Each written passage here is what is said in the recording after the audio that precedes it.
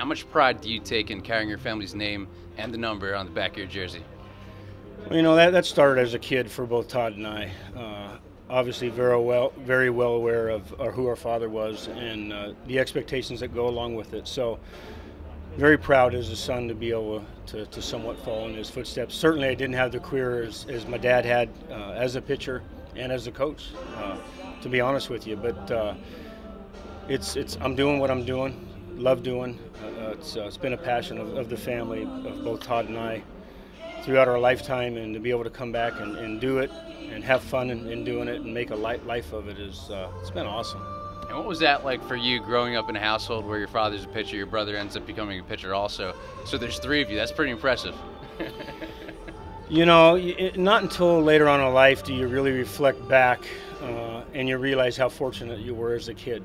So to being raised in Yankee Stadium, you know, my dad spent 11 years here as a Met when they won it in '86 and had some great years here. So being around players like Gooden and Mantle and Munson and Berra and the time my dad spent here in New York, Keith Hernandez and Ron Darlings, and so I pinch myself. It's been a wonderful life, and you know, I wish every kid could experience that, running around in the stadiums and following your dad around and doing what you love. And what were some of those best memories when, like you said, you did see Mickey Mantle, you're with your father, and all those other Yankee greats? Probably the times away in spring training when we got a chance to go fishing with guys like Thurman Munson and Mantle. But you know, there was a lot of great memories watching my dad pitch against Vida Blue when he was so good, beating him 1-0.